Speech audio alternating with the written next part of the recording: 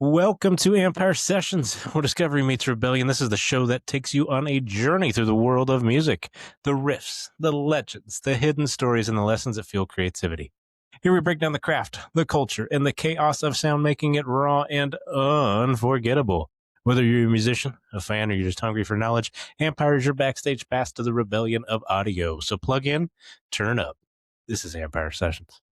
Welcome back. I am your host, Dustin. Today, we are going to dive into one of our subcategories. I hope everyone likes conspiracy theories. I know I do.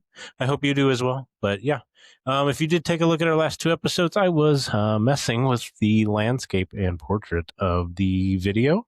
I did not like the way it looks, so we're back to the original look. I apologize if that inconvenienced anybody, but as you can tell, my studio is not completely done.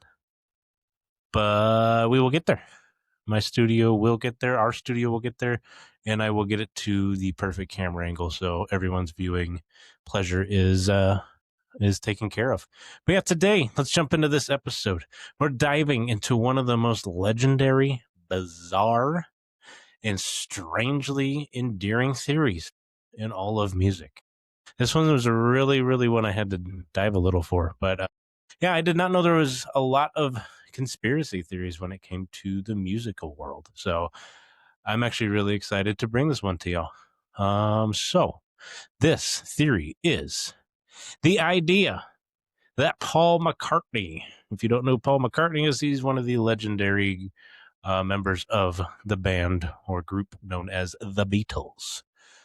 But the theory and the idea of this conspiracy theory is the idea that Paul McCartney died in 1966 and was secretly replaced by a lookalike.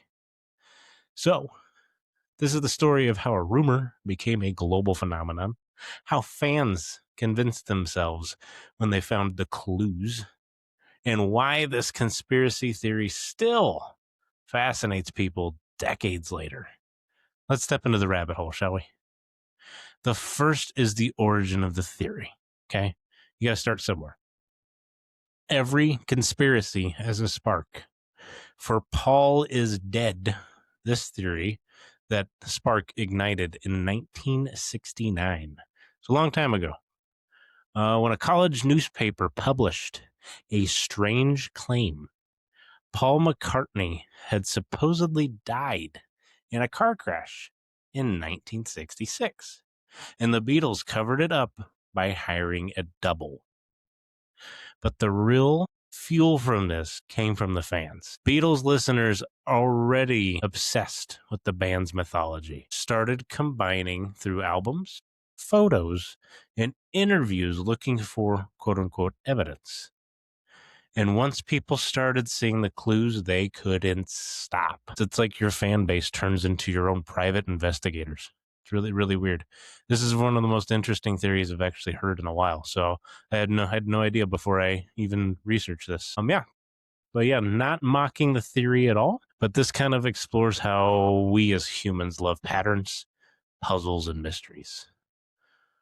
The clues in the music. This is where the conspiracy gets kind of fun. Fans claimed the Beatles left hidden messages in their songs. Not lyrics, but backwards audio, sound effects, and vocal fragments. You can describe these without quoting any type of music that they have. So, backmasking. Listeners spun records backwards and claimed to hear secret phrases, hidden warnings, and messages about Paul's quote-unquote death. Whether these were intentional, accidental, or pure imagination, that's part of the mystery. Audio symbolism. Fans pointed towards somber tones in the music, sudden shifts in mood, spoken word moments, experimental sound collages. The Beatles were pushing boundaries, and that made the perfect playground for conspiracy thinking. Now, what this kind of reminds me of, I remember there was a song, Stairway to Heaven, or something like that. You play it backward. It was supposedly satanic. But yeah, that kind of reminds me of that. If you play a track or something backwards back then, you'd get some weird lyrics or something like that from the record. It was kind of cool, but also it's a little spooky at the same time. Don't know the reasons behind that, but maybe in a future episode we can touch on that. The album cover was supposedly evidence. Okay. Everyone knows which one I'm talking about, right? When I said album cover, right? Okay, if you don't, please do some education on the Beatles. This is the most iconic part of the theory. Everyone knows the old school album cover of Abbey Road. That crosswalk, all four of them walking across, it seems like perfectly spaced out in the right timing of everything. But yeah, Abbey Road, the fans claimed the cover was a funeral procession. One member was dressed like a preacher, one like a mourner, one was barefoot, representing the deceased, and then the final one in white was symbolizing resurrection. It's kind of weird how you would put that into of a funeral procession on a crosswalk, so to speak, but I don't know how they symbolize that exactly, but I can kind of get from how the image did look. That does make sense if you actually looked at the album cover. But yeah, we move on to Sgt. Pepper's Lonely Hearts Club Band. Fans said the cover looked like a memorial service. So that was another album cover of theirs. They pointed to flowers arranged in shapes, hidden symbols, the band's costumes, and the idea of introducing a new band and therefore a quote unquote new Paul. Magic Mystery Tour. Fans claim the color choices and costumes hinted at death symbolism. So I guess you could play some of these into the fun, like if you're a private investigator, maybe digging deep into an image. Like, because I mean, yeah, our album art back then was not what it is today. It's not the same because you actually had a physical, tangible copy back then, but then also you could actually literally dive deep into the image and pick certain pieces out. So I guess I can see where they would get these, but it could also be a thing of where I'm like, hey, I'm overthinking it. But yeah, it was kind of fun to actually look into those album covers and you can actually see the things that they were talking about. It is absurd.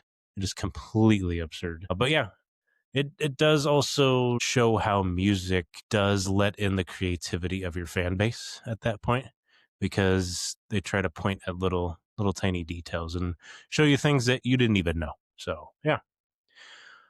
The new Paul theory. So this is where the conspiracy gets deeper. Fans claimed Paul was replaced by a lookalike, a musician with a similar vocal tone, and someone who could mimic his mannerisms. They pointed to changes in a facial structure, differences in height, shifts in songwriting, and variations in vocal timbre. You could frame the study in how people perceive change, really. I really think this is where this begins, especially when an artist evolves, okay? So I think it's in everybody's human nature. You want to protect what you love, right? So you're always going to hold on to somebody's look, somebody's feel, how their music was at a certain time frame, because that's what you remember that person as, right? But we also take for granted that people do change. People age, their voice gets a lot different. So they have to evolve their music style with unfortunate age. I mean, age does take the best of us, but it also shows that we don't perceive musical artists the same that we would years down the line. Yeah, it's interesting to look at and see how an artist evolves and people just freak out because of it. But yeah, this also shows how fame distorts perception. It really does, and how fans project expectations. So I kind of hit the nail on the head with that one. We have this certain expectation when an artist makes some music that it's always going to be there. It's always going to be like this. It's not, unfortunately. You know, we do age. Our voice does change as we get older. It's not the same. Even if it is our singing voice, it doesn't stay the same. But it also shows how myths form around public figures. It really does. And we can get into some other interesting ones in later episodes. But yeah, why did this theory explode? So this is really the heart of the episode. So number one, the Beatles were experimenting. Okay. Their music was getting stranger, more psychedelic, more layered. That made fans feel like everything had a meaning behind it. So I guess that's where fans could put a perception on something and be like, okay, well, the sound is changing. It's like, what happened? Number two, the world was changing. The late 60s were full of social upheaval, distrust of institutions, counterculture movements, and a hunger for a deeper meaning. A conspiracy like this just fit the moment. It was literally a right place, right time sort of situation. Three, we as humans love puzzles. We're wired to find patterns even when they aren't true or aren't there. This theory became a massive collaborative treasure hunt. Number four, the Beatles didn't shut it down immediately. Their silence, intentional or not, it did add fuel to this theory. This does give you a look at a psychological depth of this too, because it does make you wonder. So even as someone who does create content like myself, but also other people out there, usually if somebody doesn't try to, it's human nature to stand up and be like, I didn't do that. That's not right. The fact that a band would sit there and just feed into, there's no such thing as bad publicity. If your name's out there, your name's out there, right? But it does make it interesting to think why psychologically, if Paul McCartney didn't pass, which he didn't, wouldn't you think the other members of the Beatles would actually speak up and be like, he's right there? Just say something in that nature. Maybe it was for a publicity stunt. Maybe it was for an upheaval. But it does bring a psychological depth into this to where it's like, why did the Beatles not shut this theory down when it started? It was really weird. And when we started too, it was a long time.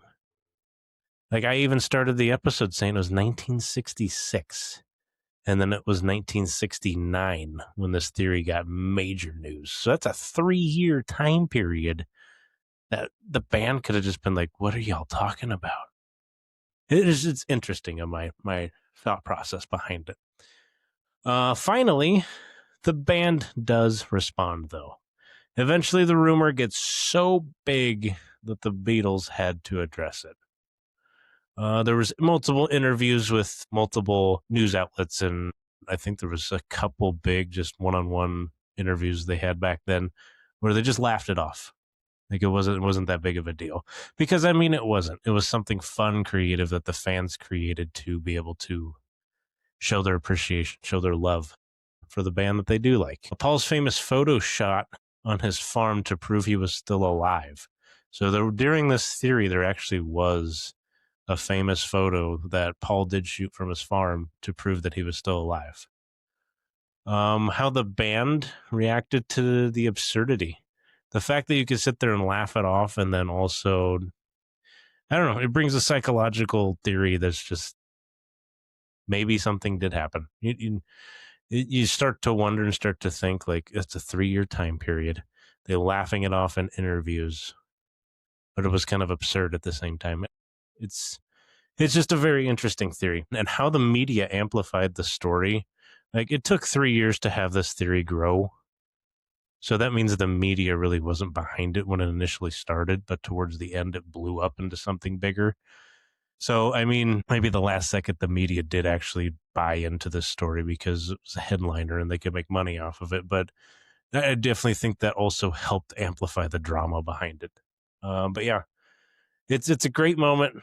There is some humor behind it, obviously, because I mean, this isn't the first artist that we've talked about, or it's the first that I've talked about on this show, but it's not the first in history that has went through this same similar process.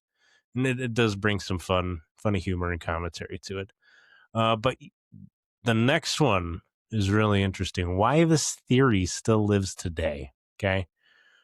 So, the Paul is dead conspiracy survives to this day. Granted, mind you guys, that was like 60 years ago almost. It's crazy to think, right? 60s, we're like 60 years ago. But yeah, the Paul is dead conspiracy survives because it's fun. It is harmless. Like nowadays, if somebody tried to do something like that, people would freak out completely. But back then, there wasn't a huge cancel culture ideology or anything like that. It was harmless. It was fun. It was harmless. It was creative. Really was. I mean, for fans to actually sit there and look at album covers and dig deep into certain things on why they think this is real. I mean, that's to me, that's fantastic. One, as an artist, because now my name just grows even bigger. But not only that, it's cool from a artist standpoint too, because you could sit there and not play into it, but just be like, that is interesting. Like, why did we put it there? Or something of that nature. It turns music into mystery. I thoroughly love this because album covers back then, even when they turned into CDs, man, like, or even after that, the cassettes, like, you still had the mystery, the wonder behind the band making their album cover, what it did. Nowadays, I mean, there's not too much of a mystery because all you got to do is like pull up Spotify or something and be like, there it is. There isn't that like physical, tangible connection where it's like, yeah, that is pretty interesting. But yeah, it gives fans a sense of participation, which I think is always important in music. In anything you're doing creativity wise, you have to have your fans participate in some way. It taps into a universal human psychology. Like, why? Like, why did fans make this up? Because it's a great piece of music history, this theory is, because it was real, but it was also just something fun to think about. I mean, there was no harm behind it at all. There's no ill will.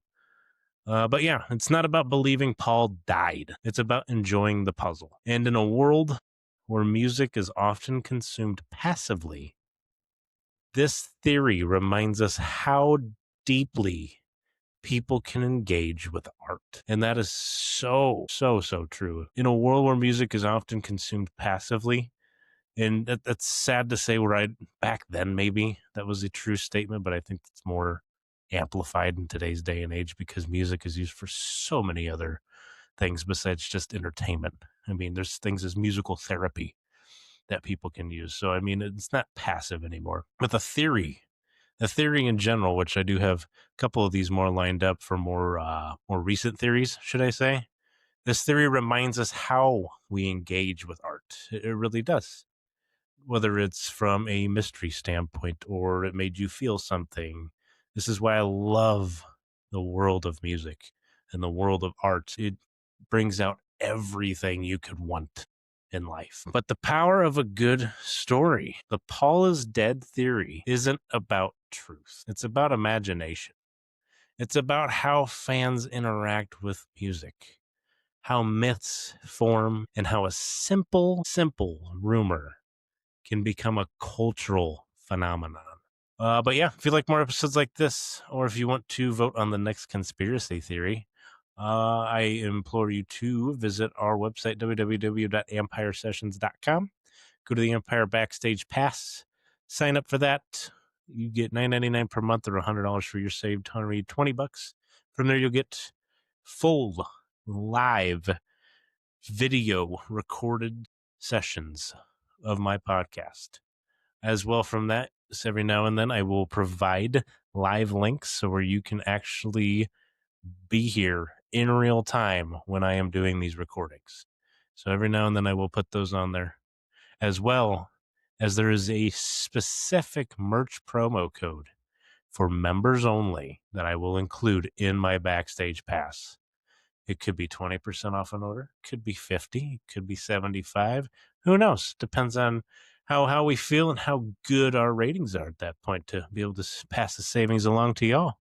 But yes, you've been listening to Ampyre Sessions, where discovery meets rebellion.